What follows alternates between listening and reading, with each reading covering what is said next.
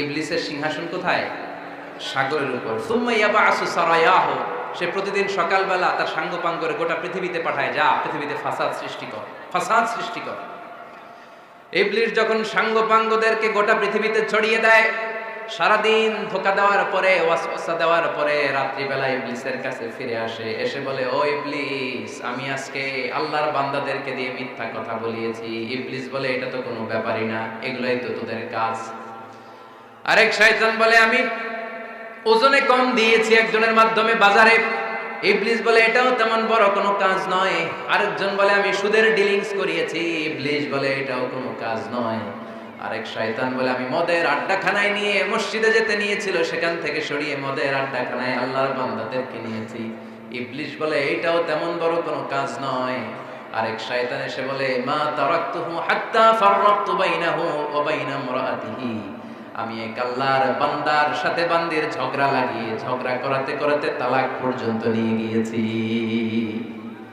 মা তারাকতুহু হাত্তা ফাররাকতু বাইনাহু ওয়া বাইনা ইমরাআতিহি, আমি এক ইমানদার পরিবারকে ধ্বংসের শেষ প্রান্তে নিয়ে গিয়েছি। সামান্য ঝগড়ার পরে আমি ওয়াসওয়াসা দিতে দিতে ঝগড়া বাড়াতে বাড়াতে তালাক পর্যন্ত নিয়েছি। ইবলিস বলে, শাবাশ, তুই তো কাজের মতো কাজ করেছিস, আমার কাছে আয়, আমার কাঁধে ওঠ। ইবলিস তখন ওই শয়তানকে কাঁধে নিয়ে নাচতে শুরু করে। নাউজুবিল্লাহ বলবেন না? এজন্য ইমানদারদের সংসার ভেঙে খান খান হোক, এটা হলে ইবলিস খুশি, আর ইমানদারের পরিবার টিকে থাকলে আমার আল্লাহ খুশি। আমরা কার খুশি চাই? এজন্য শয়তানরে খুশি হতে দেয়া যাবে না। ইমানদারদের পরিবারগুলো ঝগড়ার মাধ্যমে ভেঙে যাক, সব সময় শয়তানের মিশন এটা। আর ইমানদারদের পরিবারগুলো টিকে থাক, এটা আমার আল্লাহ সব সময় চায়। সুবহানাল্লাহ পড়েন। এজন্য দৌলতপুরের ভাইরা ঝগড়া করবেন না। ঝগড়া কিন্তু নবী রাসূলদের পরিবারেও ছিল, আল্লাহ রাসূল সাল্লাল্লাহু আলাইহি ওয়াসাল্লামের পরিবারেও ঝগড়া ছিল। এটা স্বাভাবিক, দাম্পত্য জীবনের খুব সিম্পল ইস্যু। একজন রাগ করলে আরেকজন থেমে যাবে। পারবেন? কি হলো, পারবেন না? আল্লাহর হাবিব সাল্লাল্লাহু আলাইহি ওয়াসাল্লামের সাথে আম্মা জান আয়েশার ঝগড়া হতো। মজার একটা হাদিস শুনে, সহিহ বুখারীর হাদিস, মুসনাদ আহমদ ইবনে হাম্বলেও এসেছে এই হাদিসটা। আম্মা জান আয়েশার সাথে ঝগড়ার পর আম্মা জান আয়েশাও রাগ, আল্লাহ রাসূল সাল্লাল্লাহু আলাইহি ওয়াসাল্লামও রাগ। এখন রাগ মেটানোর দরকার আছে না নাই? আল্লাহ রাসূল সাল্লাল্লাহু আলাইহি ওয়াসাল্লাম বললেন, আয়েশা চলো মিটমাট করে ফেলি। সুবহানাল্লাহ কইবেন না? চলো মিটমাট করি। তো কারে ডাকবো মিটমাটার জন্য? ওমর রে ডাকি। আম্মা জান আয়েশা বলে, না, ওমর গলিফ, ওমর খুব মেজাজ ওয়ালা, আমার ডর লাগে। তোমার আব্বারে ডাকি। আব্বারে ডাকেন। আব্বারে ডাকেন। খুশি হয়ে গেছেন আম্মা জান আয়েশা রাদিয়াল্লাহু। আবু বকর রাদিয়াল্লাহু চলে আসলেন, দাঁড়ালেন। এবার বিষ্ণু সাল্লাল্লাহু আলাইহি ওয়াসাল্লাম বললেন, তাতাকাল্লিমিন আও আতাকাল্লাম, কি ঘটছে আমাদের মাঝে, তুমি বলবা না আমি বলবো? আম্মা জান আয়েশা বললেন, তাতাকাল্লামু আনতা ওয়ালা তাকুল ইল্লা হাক্কান, আপনিই বলেন, তবে সত্য ছাড়া মিথ্যা বলবেন না। আবু বকর রাদিয়াল্লাহু তাআলা শুনে রেগে গেলেন, কি এ কেমন কথা তোমার? নবীকে উদ্দেশ্য করে তুমি বলছো সত্য ছাড়া মিথ্যা বলবেন না, নবী কখনো মিথ্যা বলবে নাকি? রেগে মেয়ের গায়ে মেরেছে এক চড়। চোর খেয়ে আম্মা জান আয়েশা উল্টে পড়ে গেলেন। সাইয়েদনা আবু বকর রাদিয়াল্লাহু তাআলা রেগে গড়গড় করতে লাগলেন, আবার মারার জন্য উদ্যত হলেন। আম্মা জান আয়েশা রাদিয়াল্লাহু তাআলা বাঁচার জন্য এবার বিশ্বনবীর পিছনে যে আশ্রয় নিলেন। সুবহানাল্লাহ পড়বেন না? বিশ্বনবী সাইয়েদনা আবু বকরের সামনে দুই হাত মেলে ভেবে দাঁড়িয়ে গেলেন। আল্লাহর হাবিব যখন আম্মা জান আয়েশাকে বাঁচানোর জন্য দুই হাত উঁচু করে দাঁড়িয়ে গেলেন, সাইয়েদনা আবু বকর থেমে গেলেন। সাইয়েদনা আবু বকর এই পরিস্থিতি দেখে ঘর থেকে বের হয়ে ঘরের বাইরে দাঁড়ালেন। এবার আল্লাহ রাসূল সাল্লাল্লাহু আলাইহি ওয়াসাল্লাম আম্মা জান আয়েশাকে তুললেন, বললেন, ইয়া আয়েশা কাইফা রাআইতিনি আনকাসতুকি মিনার রাজুল, দেখলা নাকি কেমন করে আমি তোমার বাবার হাত থেকে তোমারে বাঁচালাম? আজকে আমি যদি সামনে দাঁড়িয়ে না বাঁচাতাম, তোমার বাবা তোমারে একেবারে মেরেই ফেলতো। সুবহানাল্লাহ পড়ে। দেখছো আয়েশা, আমি বাঁচাইলাম তোমারে, আমার সাথে ঝগড়া করো, আমি বাঁচাইলাম। এই কথা শুনে আম্মা জান আয়েশা রাদিয়াল্লাহু তাআলা লজ্জায় পড়ে হেসে দিলেন। সুবহানাল্লাহ পড়বেন না? এত আস্তে সুবহানাল্লাহ। লজ্জায় হেসে দিলেন। বিশ্বনবী সাল্লাল্লাহু আলাইহি ওয়াসাল্লাম এবার হেসে দিলেন। দুইজনের হাসাহাসি শুনে বাইরে থেকে আবু বকর রাদিয়াল্লাহু তাআলা আনহু হাসির আওয়াজ শুনে অবাক, কি রে এতক্ষণ যুদ্ধ, এখন আবার হাসি কেন? হাসে দেখার জন্য সাইয়েদনা আবু বকর রাদিয়াল্লাহু তাআলা আনহু ঘরের ভেতরে ঢুকলেন। ঢুকে দেখেন আম্মা জান আয়েশাও হাসে, বিশ্বনবীও হাসে। সাইয়েদনা আবু বকর হেসে দিলেন, আরশের উপর থেকে খুশি হয়ে গেলেন কে?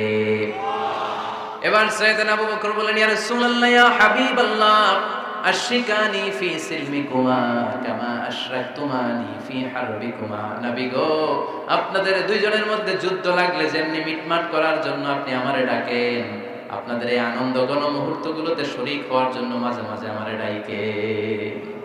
সুবহানাল্লাহ পড়েন। আপনাদের মধ্যে যুদ্ধ লাগলে সন্ধি করার জন্য যেমনি আমারে ডাকেন, আপনারা যখন আনন্দ ঘন পরিবেশে এরকম খুনসুটি করেন, হাসাহাসিতে মেতে ওঠেন, তখন একটু আমারে ডাকেন। সুবহানাল্লাহ পড়বেন না? দেখেন, আল্লাহ রাসূল সাল্লাল্লাহু আলাইহি ওয়াসাল্লাম পৃথিবীর সবচেয়ে শ্রেষ্ঠতম মানুষ, উনাদের পরিবারেও ঝগড়া হতো, কিন্তু এই ঝগড়া কোনোদিন তালাক পর্যন্ত গিয়েছে? কথা বলেন না কেন? আল্লাহর হাবিব সাল্লাল্লাহু আলাইহি ওয়াসাল্লাম তার কোন স্ত্রীকে তালাক দিয়েছেন? প্রায় আম্মা জান আয়েশার সাথে রাগারাগি হতো। আল্লাহর হাবিব সাল্লাল্লাহু আলাইহি ওয়াসাল্লাম বলতেন, আয়েশা, কখন তুমি রেগে থাকো সেটাও আমি জানি, কখন তুমি আমার উপর খুশি থাকো সেটাও আমি জানি।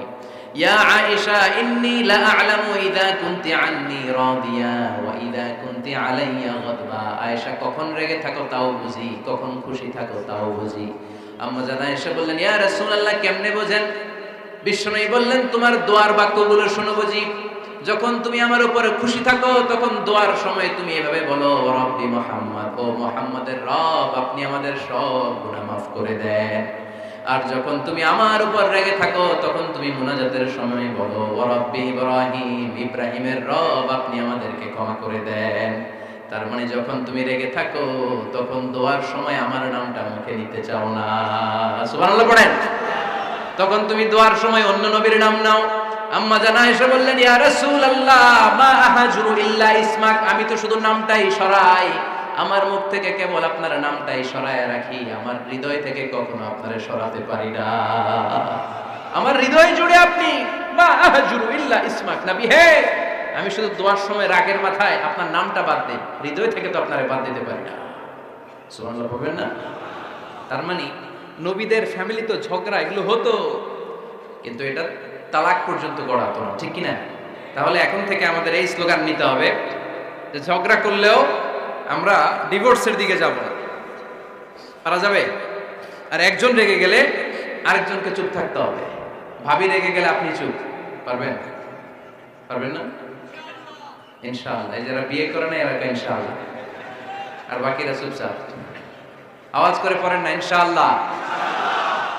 তাহলে প্রথমে স্যাক্রিফাইস, তারপর ঝগড়া করা যাবে না। 3 নাম্বার, দাম্পত্য জীবনের কোনো গোপন কথা অন্যের কাছে শেয়ার করা যাবে না।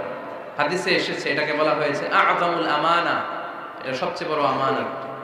যারা দাম্পত্য জীবনের একান্ত বিষয় কারোর সাথে শেয়ার করে তারা সবচেয়ে বড় কবিরা গুনাহ করে। আশরারুন নাস বলেছেন বিশ্বনবী এদেরকে, সবচেয়ে নিকৃষ্ট মানুষ। ইয়াউমাল কিয়ামাতি মানজিলাতান, আল্লাহর কাছে কিয়ামতের দিন সবচাইতে নিকৃষ্ট হয়ে দাঁড়াবে ওই দম্পতি, ওই নারী কিংবা ওই পুরুষ, তুফদি ইলা যাওজিহি ওয়া ইউফদি ইলা যাওজিহা সুম্মা ইউনশিরু সিররাহা। তারা একান্ত সময়ে ফিজিক্যাল ইন্টিমেসিতে যা করে এটা পরে মানুষের কাছে বলে বেড়ায়, এরকম আছে না নাই? খবরদার, এটা বড় কবিরা গুনাহ। অনেক বোনরা একসাথে হলে দাম্পত্য জীবনের বিভিন্ন গোপন বিষয় নিয়ে কথা বলে, আছে না নাই? অনেক পুরুষরা একে অপরের সাথে, বন্ধুদের সাথে বিভিন্ন বিষয় নিয়ে শেয়ার করে, এটা এমন ওইটা এমন, এগুলো বলা যাবে? আর সিবাউ হারাম, দাম্পত্য জীবনের সব বিষয়, স্বামীর সব বিষয় স্ত্রীর কাছে আমানত, স্ত্রীর সব বিষয় স্বামীর কাছে আমানত রেখেছে কে? দাম্পত্য জীবনের এই প্রাইভেট লাইফের কোনো কিছু কিয়ামত পর্যন্ত অন্যের কাছে প্রকাশ করাকে হারাম ঘোষণা করে দিয়েছে কে? এজন্য খবরদার আমার বোনেরা, একসাথে মহিলারা হলে পেটের কথা পিঠের কথা সব বের করে দেয়, আসরা নাই, কিছু থাকে না, সব বের হয়ে যায়। খবরদার, সব বললেও দাম্পত্য জীবনের কোনো কথা শেয়ার করা যাবে? আমার ভাইয়েরা খবরদার, আপনাদের দাম্পত্য জীবনের কোনো কথা আপনার বন্ধুর সাথে শেয়ার করতে পারবেন না। এগুলো ফ্যামিলি শান্তি নষ্ট করে, দাম্পত্য জীবনের সুখকে নষ্ট করে। তাহলে 3 নাম্বার, প্রাইভেসি বজায় রাখবেন, এটা দুজনেরই দায়িত্ব। 4 নাম্বার, অহেতুক সন্দেহ পরিহার করুন।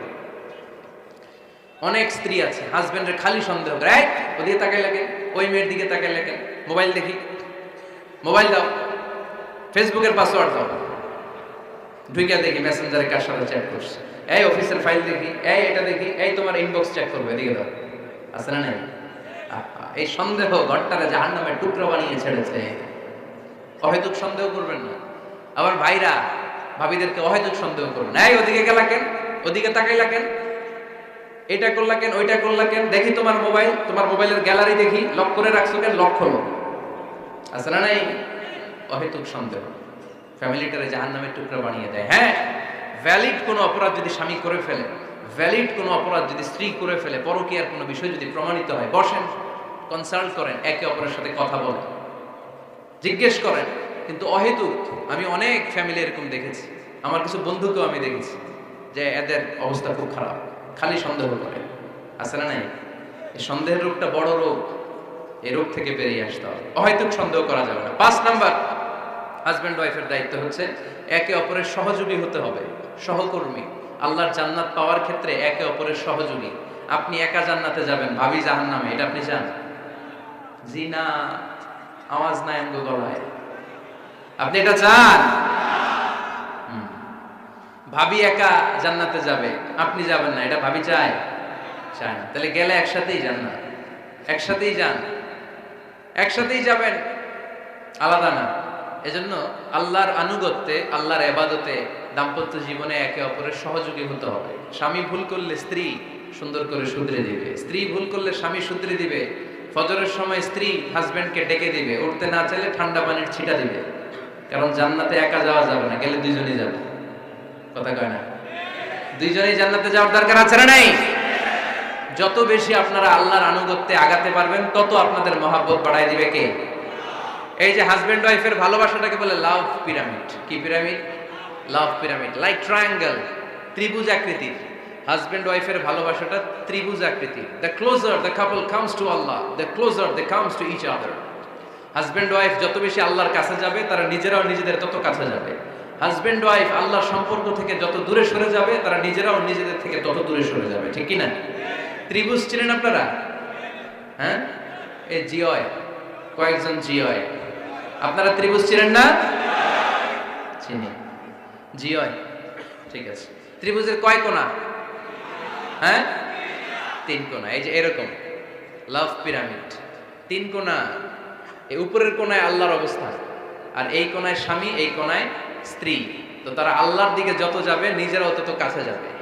আর তারা আল্লাহর সম্পর্ক থেকে যত দূরে চলে যাবে, নিজেদের মধ্যে দূরত্ব বাড়তে থাকবে। ঠিক কি না? পিরামিডটা বুঝতে পারছেন? ত্রিভুজ আকৃতির সম্পর্কটা লাভ পিরামিড এরকম, 3 কোণা। উপরের কোণায় থাকে আল্লাহ, এদিকে স্বামী, এদিকে স্ত্রী। তারা যদি আল্লাহর কাছে উভয়ে যেতে চায়, উভয়ে কাছাকাছি আসতেছে না? কথা বলেন না কেন? আর আল্লাহর আনুগত্য ইবাদত থেকে দুজন যদি দূরে সরে যায়, তাহলে দুজনের দূরত্ব বাড়িয়ে দেয় কে? এজন্য স্বামী হবে স্ত্রীর সহযোগী, সহকর্মী। নামাজের সময় একে অপরকে ডেকে দিবেন, মোবাইলে অ্যালার্ম দিয়ে রাখবেন। স্বামী স্ত্রীরে ডাকেন, স্ত্রী স্বামীরে ডাকেন। স্বামী স্ত্রীকে কোরআন তেলাওয়াত শোনাবেন, স্ত্রী স্বামীরে কোরআন তেলাওয়াত শোনাবেন। ফ্যামিলিটারে জান্নাতি ফ্যামিলি বানায় দিবে কে? তাহলে 5টার দায়িত্ব, কালেকটিভ রেসপন্সিবিলিটি, স্বামীর উপরও বর্তায়, স্ত্রীর উপরও বর্তায়। এগুলো মেনে চললে দাম্পত্য জীবন সুখকর করে দিবে কে? মনোযোগ আছে? কষ্ট হচ্ছে? এবার আমরা হাজবেন্ডের দায়িত্ব শুনি। হাজবেন্ডের প্রথম দায়িত্ব হচ্ছে, হাজবেন্ড হচ্ছে caretaker of the family, in charge, protector. আর রিজালু কাওয়ামুনা আলান নিসা। আল্লাহ বললেন স্বামী হলো তার স্ত্রীর ইনচার্জ, প্রোটেক্টর। স্ত্রীকে সুরক্ষা দিবে, স্ত্রীকে টেক কেয়ার করবে, স্ত্রীর দায়িত্বে থাকবে। এই দাম্পত্য জীবনের দুইজনের সংসারকে, সংসারের মধ্যে স্বামীকে দায়িত্বশীল বানিয়েছে কে? পুরুষ দায়িত্বশীল। পুরুষ কখনো নারীর ক্ষতি করে না, সুপুরুষ নারীর ক্ষতি করে না। ঠিক কিনা? গোটা পুরুষ সমাজ নারী সমাজের সুরক্ষা দিবে।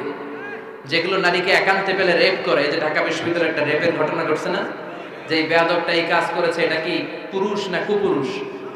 এটা কি সুপুরুষ না কুপুরুষ? সুপুরুষ নারীর প্রোটেকশন দেয়, নারীর টেক কেয়ার করে, তার ইনচার্জ, তার দায়িত্বশীল। দাম্পত্য জীবনে অর্থনৈতিক যত দায় দায়িত্ব আছে, সব আল্লাহ তাআলা পুরুষের কাঁধে দিয়েছে। কার কাঁধে? এই দাম্পত্য লাইফে নারীর কোনো অর্থনৈতিক দায় দায়িত্ব নারীর কাঁধে আল্লাহ দেয় নাই। এই জন্য সব অর্থনৈতিক দায়িত্ব পুরুষের ঘাড়ে। 4টা অর্থনৈতিক দায়িত্ব আছে। পুরুষ নারীকে মহারণা দিবে, পুরুষ নারীকে খাবারের ব্যবস্থা করবে, পুরুষ নারীকে পোশাকের ব্যবস্থা করবে, পুরুষ নারীর জন্য রেসিডেন্সিয়াল ব্যবস্থা করবে। ঠিক কিনা?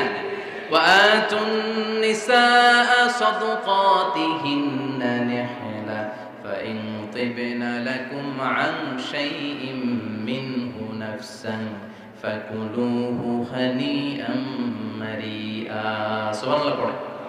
সব স্বামীদেরকে আল্লাহ ডেকে বললেন, ও স্বামীরা শোনো শোনো, বিয়ের পর বিয়ের পর সাথে সাথে স্ত্রীর কাছে তুমি মোহরানা আদায় করে দাও। মোহর দেয়া নফল নাকি ফরজ? জোরে বলেন। তোমরা কি দাও? সিলটি পুলা মোহরানা দাও? হ্যাঁ, মোহরানা দিতায় নাকি যৌতুক খাইতা? খিতা হরতা? হ্যাঁ, কি দিব? মোহরানা দিব। মোহরানা দেয়াকে ফরজ করেছে কে? আল্লাহ। তো মোহর দিতে টাকা লাগে না? এই টাকার দায়িত্ব পুরুষের ঘাড়ে দিছে কে? 2 নাম্বার দায়িত্ব, আলাল মাউলুদি লাহু রিজকুহুন্না ওয়া কিসওয়াতুহুন্না বিল মা'রুফ। স্বামী স্ত্রীর জন্য খাদ্যের ব্যবস্থা করবে, পোশাকের ব্যবস্থা করবে। 3 নাম্বার, ওয়াসকিনুহুন্না মিন হাইসু সাকানতুম মিন ওয়াজদিকুম। নিজের সামর্থ্যের মধ্যে থেকে স্ত্রীর জন্য রেসিডেন্সিয়াল একটা এরিয়ার ব্যবস্থা করে দিবে। সুবহানাল্লাহ। তাহলে অর্থনৈতিক দায়িত্বের মধ্যে 4টা: মোহরানা দেয়া, মিলস খাবারের ব্যবস্থা করা, মানে ফুডিং এন্ড ক্লোথিং, পোশাকের ব্যবস্থা করা, সর্বশেষ রেসিডেন্সিয়াল ব্যবস্থা করা। এই যে অর্থনৈতিক সব দায়িত্ব, খরচ যেখানেই আছে সব দায়িত্বগুলো পুরুষের কাঁধে দিল কে? চিল্লায় বলেন কে? খরচের সবকিছু আল্লাহ তাআলা পুরুষের কাঁধে দিয়েছেন। এটা হচ্ছে পুরুষের ফিনান্সিয়াল দায়িত্ব। এবার দাম্পত্য জীবনে পুরুষের নন ফিনান্সিয়াল কিছু দায়িত্ব আল্লাহ তাআলা দিয়েছেন, এগুলো আমরা শুনবো। এদিকে ওঠাওটি করলেন কে কে দেখি? আটকান, এদেরকে আটকান। ধরেন ধরেন, এদেরকে ধরেন। হ্যাঁ, কি হইছে? শেষ করে দিব তো? খিতা হইতা? হ্যাঁ, জোরে মাতো। চলবে চলবে? হ্যাঁ, তাকবীর পড়েন তো দেখি। যারা চলবে বলতেছেন লিল্লাহি তাকবীর।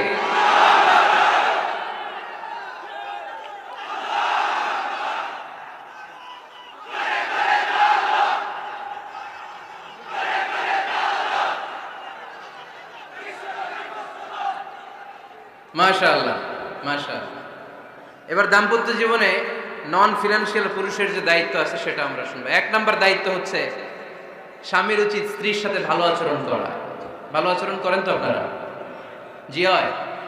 এই শুধু উনি করে, বাকিরা খিতা কর্তা, মারামারি কর্তা নেই, খিতা কর্তা। হ্যাঁ, সালাম দিবেন, স্ত্রীকে কি দিবেন? আল্লাহ বললেন ওয়া আশিরুহুন্না বিল মা'রুফ। স্ত্রীর সাথে কোমল ভাষায়, ভালো শব্দে, ভালো বাক্যে ভালো কথা বলো। স্ত্রীর সাথে খারাপ আচরণ করো না। স্ত্রীকে দেখলে তুমি মুচকি হাসি দাও। অনেক স্বামী আছে কখনো স্ত্রীকে দেখলে মুচকি হাসি দেয় না, চেহারাটা বাংলা পাসের মতো এরকম করে রাখে। আছে না নাই? দৌলতপুরের লোকের অবশ্য অনেক ভালো। এই যে সবার মুখে হাসি, মুচকি হাসি। হাসেন তো, মুচকি হাসি দেন তো একটা। আওয়াজ করলে মুচকি হাসি হয় নাকি? মুচকি হাসি, দাঁত দেখা যাবে না, সাউন্ড হবে না, শুধু এখানে একটু একটা এক চিলতে হাসির একটা ঝলক করবে, এটা বলে মুচকি হাসি। কারণ রাসূলুল্লাহ সাল্লাল্লাহু আলাইহি ওয়াসাল্লাম আকসারু তাবাসসুমান, আল্লাহর হাবিব সাল্লাল্লাহু আলাইহি ওয়াসাল্লাম সব সময় মুচকি হাসতেন। অনেকে আছে চেহারা গোমরা করে রাখে, জীবনেও হাসে না, এরকম আছে না? নেই? দেখছেন এরকম আছে? এই এলাকায় তো নাই না?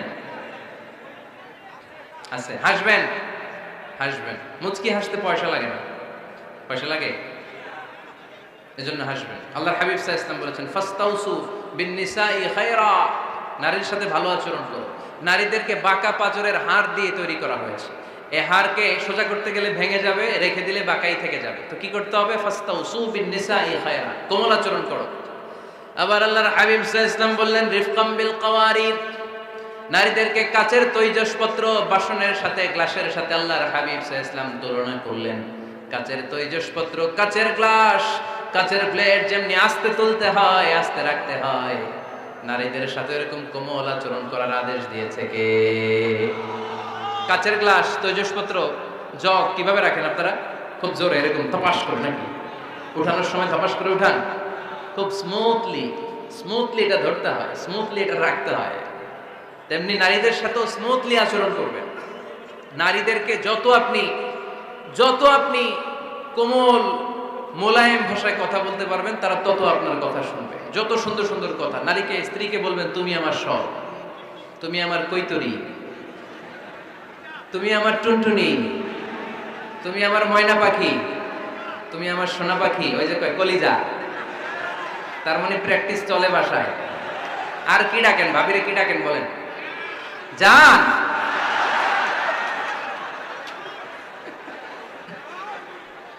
জান ডাকেন। আর ভাবি কি ডাকে আপনাদেরকে? বাবু। কি ডাকে?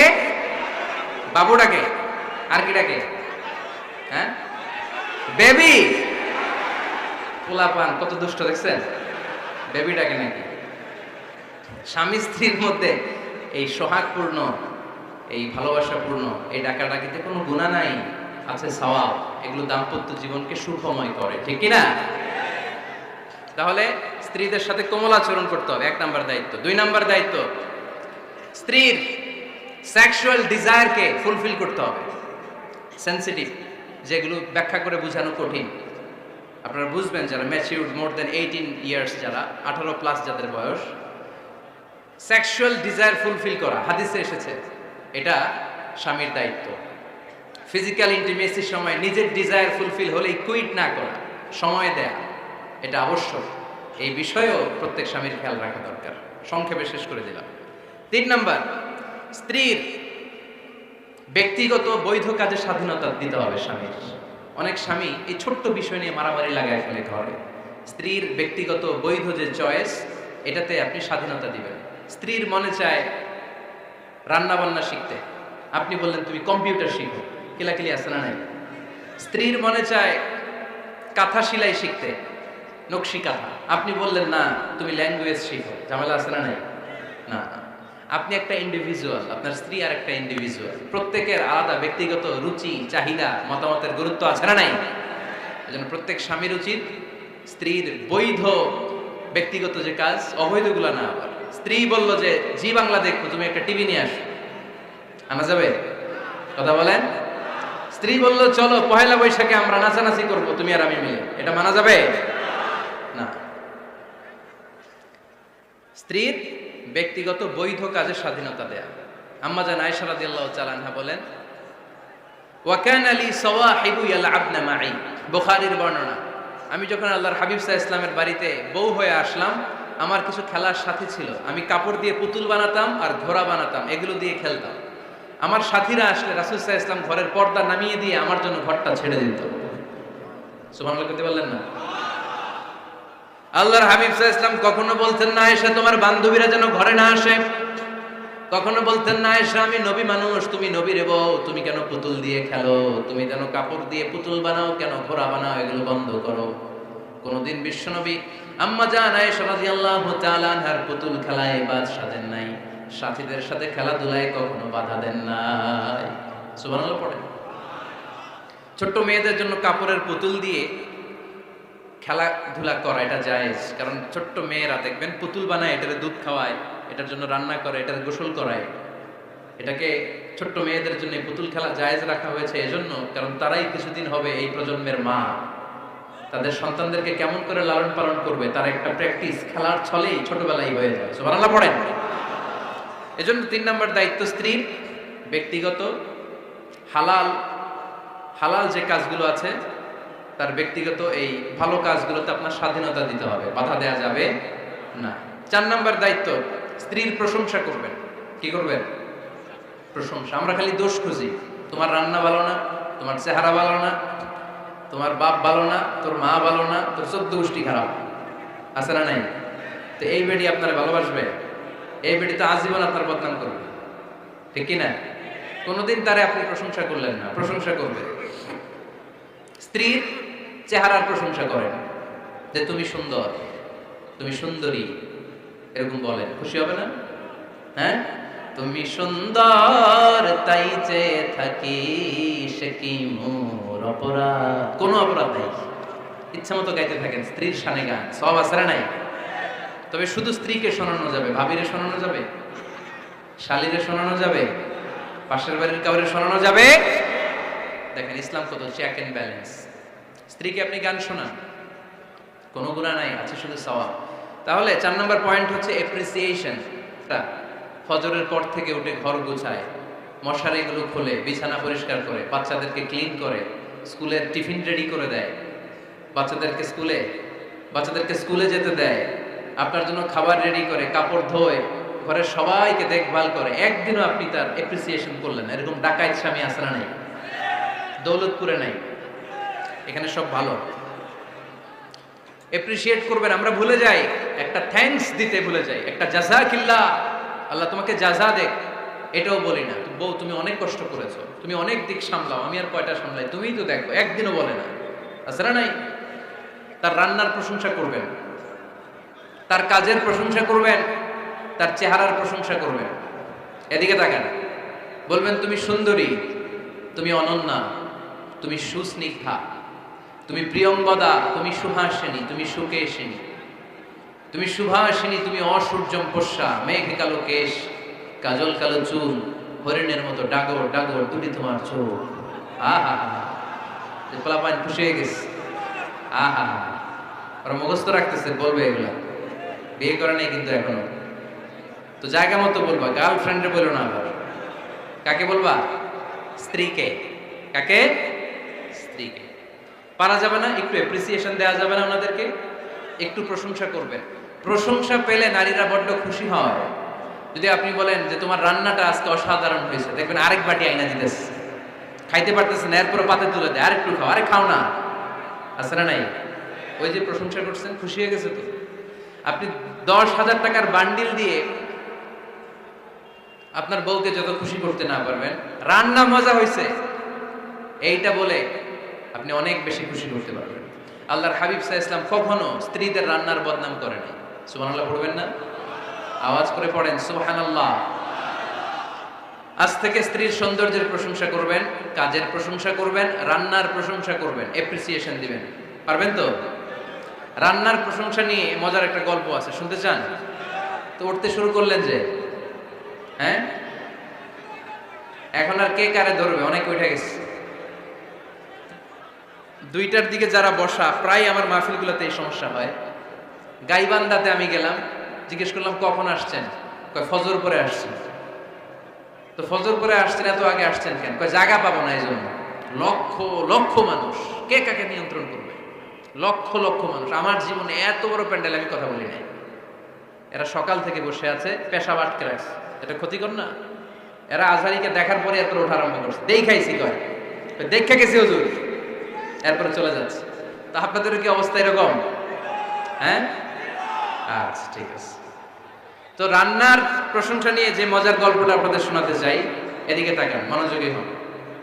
আমার ওয়াজ শুনে এক লোক মনে মনে নিয়ত করছে যে আইরে, জীবনে তো রান্নার প্রশংসা করলাম না, আজকে রান্নার প্রশংসা করব। তো মাহফিল শেষে বাসায় গেছে, স্ত্রী তাকে খাবার দিয়েছে, স্বামী খাবার খায় আর মিটি মিটি হাসে। স্ত্রী বলে, এই মাহফিল শুনে আসছো, রাত বাজে 12টা, খাচ্ছ ভালো কথা, হাসো কেন? তো স্বামী বলে, হাসি এর কারণ হচ্ছে তোমার রান্নাটা আজকে এত মজা হয়েছে না জীবনে, আজকে বাড়াই বাড়াই কইতেছে তো, জীবনে এত মজার রান্না খাই নাই। রান্না মজা হয়েছে শুই না স্ত্রী তো রেগে গেছে, কি গত 10 বছর ধরে তোমার রান্না করে খাওয়াই, একদিনও রান্নার প্রশংসা করলা না। আর আজকে পাশের ঘরের ভাবি একটু গরুর গোশতের তরকারি পাঠাইছিল বাটিতে করে, পাশের ঘরের ভাবি একটু আমাদের বাড়িতে তরকারি পাঠাইছিল, তো ওই তরকারি দিয়েই তোমাকে খাবার দিছি, আজকে রান্না টান্না আমি করি নাই। তো ওই বেটির রান্না তোমার এত ভালো লাগছে, এই 10 বছরে একদিনও কইলা না, আজকে এটা কইলা, খাও খাও, তোমার মজার খাও, আর রান্ধুম না।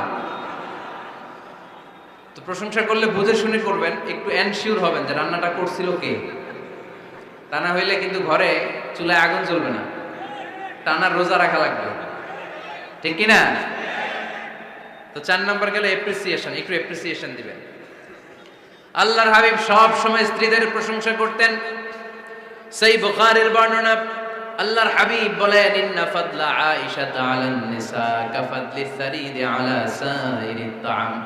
আরব ভূখণ্ডের মধ্যে সব খাবারের উপরে সারিদ খাবার যেমনি সেরা, দুনিয়ার সব নারীদের মধ্যে আমার আয়েশা তেমনি সেরা।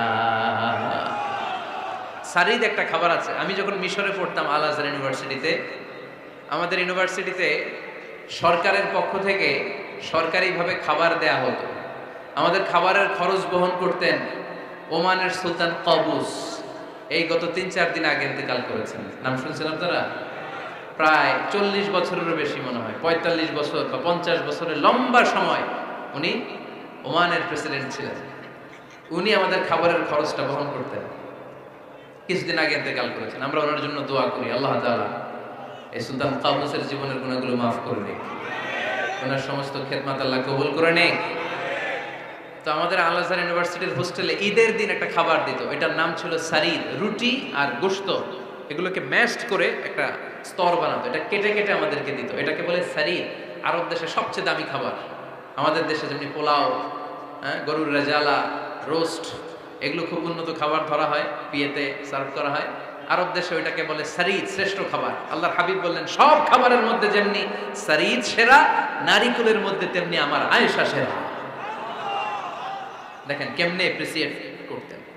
আম্মা জান আয়েশাকে তিনি সব সময় আদর করে হামায়রা বলে ডাকতেন। হামায়রা মানে লাল সুন্দরী বউ। কি সুন্দরী? আম্মা জান আয়েশা রেগে গেলে গাল দুটো আনার ফলের মতো লাল হয়ে যেত, এজন্য ডাকতেন ও আমার লাল সুন্দরী বউ। সুবহানাল্লাহ কইতে পারলেন না? আবার আম্মা জান খাদিজাতুল কুবরা তাহেরা রাদিয়াল্লাহু তাআলা আনহার ব্যাপারে বলতেন ইন্নী ক্বাদ রুজিকতু হুব্বাহা। সহিহ মুসলিমের বর্ণনায় তিনি বলতেন খাদিজার ভালোবাসা আল্লাহ তাআলা আমার হৃদয়ে রিজিক হিসেবে দিয়েছে। আওয়াজ করে পড়ুন আল্লাহু আকবার। তো এইজন্য অ্যাপ্রিসিয়েট করবেন। 5 নাম্বার হচ্ছে আপনার ভালোবাসা স্ত্রীকে প্রকাশ করুন। এক ছাদের নিচে আজীবন বসবাস, 20 বছর হয়ে গেছে এদের সংসার, একদিনও মুখ ফুটে বলতে পারে নাই তোমারে ভালোবাসি। পারছেন? হ্যাঁ, কে কে পারছেন? দেখে হাত তুলে। হাত অর্ধেক তুলে আবার নামায়, ভেজাল আছে, ঠিক কিনা? ভালোবাসি বলছিলেন? কারে বলছিলেন? ভাবিকে না গার্লফ্রেন্ডকে? হ্যাঁ, স্ত্রীকে বলবেন, নিজের স্ত্রীকে বলবেন আই লাভ ইউ। কি বলবেন? কথা বুঝে না বোধহয়। কি বলবেন? সবাই বলেন কি বলবেন? মুরব্বী একজনও কয় না, কয় এতদিন কইছি না অমনও কম না। বলবেন, ভালোবাসা প্রকাশ করবেন। স্ত্রীরা এটা খুব চায়, স্বামীর পক্ষ থেকে এই খুনসুটিগুলো খুব পছন্দ করে। আপনি আজকে যে বলেন দেখবেন ফ্যামিলির সুখ বাড়তে শুরু করছে। সুনানে তিরমিজির বর্ণনা দেখেন, বিশ্বনবী যে আই লাভ ইউ বলতো তার দলিল শুনেন। সাহাবারা জিজ্ঞেস করলেন ইয়া রাসূলুল্লাহ মান আহাব্বুন নাস ইলাইক, ও নবী কারে সবচেয়ে বেশি ভালোবাসেন? Who do you love the most? নবী কাকে সবচেয়ে বেশি লাভ করেন আপনি? সাহাবারা প্রশ্ন করলেন ইয়া রাসূলুল্লাহ কাকে লাভ করেন বেশি? আল্লাহর হাবিব সাল্লাল্লাহু আলাইহি ওয়াসাল্লাম বললেন আয়েশা, আয়েশা রে। সুবহানাল্লাহ কইবেন না? সাহাবারা বললেন ওমিনার রিজাল, পুরুষদের মধ্যে কারে বেশি পছন্দ করেন? বিশ্বনবী বললেন আবুহা, আয়েশার বাবারে। সাইয়েদনা আয়েশা রাদিয়াল্লাহু তাআলা আনহার বাবার নাম কি? আবু বকর। কি নাম? আবু বকর। আল্লাহর হাবিব সাল্লাল্লাহু আলাইহি ওয়াসাল্লাম বললেন সবচেয়ে বেশি লাভ করি আয়েশাকে। সাহাবারা বললেন ওমিনার রিজাল, পুরুষদের মধ্যে কারে বেশি লাভ করেন? আল্লাহর হাবিব সাল্লাল্লাহু আলাইহি ওয়াসাল্লাম বললেন আয়েশার বাবারে। সুবহানাল্লাহ পড়েন। আম্মা জান আয়েশাকে বিশ্বনবী এত ভালোবাসতেন, আম্মা জান আয়েশা পেয়ালার যেখানে ঠোঁট লাগিয়ে দুধ পান করতেন, বিশ্বনবী পেয়ালার ওই জায়গাটা খুঁজে খুঁজে ওই জায়গায় ঠোঁট লাগিয়ে দুধ পান করতেন। আম্মা জান আয়েশা রাদিয়াল্লাহু তাআলা না গোশত খেয়ে হাড্ডি চষে হাড্ডিটা রেখে দিলে বিশ্বনবী আম্মা জান আয়েশার চষা হাড্ডিটা মুখে নিয়ে আবার চষতে শুরু করে দিতেন। পড়েন সুবহানাল্লাহ। দুইজন একসাথে এক বালতি থেকে পানি নিয়ে গোসল করতেন। পড়েন আল্লাহু আকবার। তাহলে এভাবে ভালোবাসা প্রকাশ করতে পারবেন তো? 6 নাম্বার স্বামীর দায়িত্ব হচ্ছে গৃহস্থলী ছোটখাটো যে কাজ আছে এই কাজগুলোতে হেল্প করা। আমরা অনেক সময় এগুলোর লজ্জা মনে করি। আল্লাহর হাবিব সাল্লাল্লাহু আলাইহি ওয়াসাল্লাম আমাদের মডেল। আল্লাহর হাবিব সাল্লাল্লাহু আলাইহি ওয়াসাল্লাম ঘরের কাজে সাহায্য করতেন। আপনারা এইভাবে ওটা শুরু করলেন? হ্যাঁ, বউকা বসেন বসেন বসেন, শেষ করে দিচ্ছি আর 10 মিনিট, বসেন। আল্লাহর হাবিব সাল্লাল্লাহু আলাইহি ওয়াসাল্লাম ঘরের কাজে সাহায্য করতেন। আপনারা ঘরের কাজে সাহায্য করেন তো? আম্মা জান আয়েশা বলেন বিশ্বনবী নিজ হাতে জুতা সেলাই করেছেন, নিজ হাতে জামা সেলাই করেছেন। মুসনাদে আহমদ ইবনে হাম্বলের বর্ণনা, আল্লাহর রাসূল সাল্লাল্লাহু আলাইহি ওয়াসাল্লাম দুধ খেতে মন চাইলে নিজ হাতে ছাগলের দুধ দহন করেছেন। সুবহানাল্লাহ। নিজে আটার খামির বানাতেন, আম্মা জান আয়েশা চুলায় সেকা দিতেন। আবার আম্মা জান আয়েশা রাদিয়াল্লাহু তাআলা আনহা আটার খামির বানাতেন, বিশ্বনবী এটা চুলায় সেকা দিতেন। সুবহানাল্লাহ পড়ে। দুধ খেতে চাইলে নিজ হাতে বিশ্বনবী ছাগির ওলান থেকে দুধ দহন করে আম্মা জান আয়েশার কাছে এনে দিয়ে দিতেন। সুবহানাল্লাহ পড়ে। তাহলে ঘরের কাজে সহায়তা করবেন, ঘরের কাজে সহায়তা। 7 নাম্বার হালাল এন্টারটেইনমেন্ট, হালাল বিনোদন, এটা ইসলাম জায়েজ রেখেছে। অনেকে আমরা বিনোদনটাকে হারাম মনে করি, এরকম আছে না নেই? হ্যাঁ, বিনোদন দুই ধরনের, একটা হারাম এন্টারটেইনমেন্ট আর একটা হচ্ছে হালাল এন্টারটেইনমেন্ট। আম্মা জান আয়েশা রাদিয়াল্লাহু তাআলা আনহাকে নিয়ে মরুভূমিতে দৌড়াদৌড়ি করতেন। ভাবির সাথে দৌড়াদৌড়ি করছেন কারা কারা, দেখি হাত তোলেন। হ্যাঁ, দৌড়াদৌড়ি করছেন কোথায়? যৌতুকের লাগে হেতিরে দৌড়াইছেন?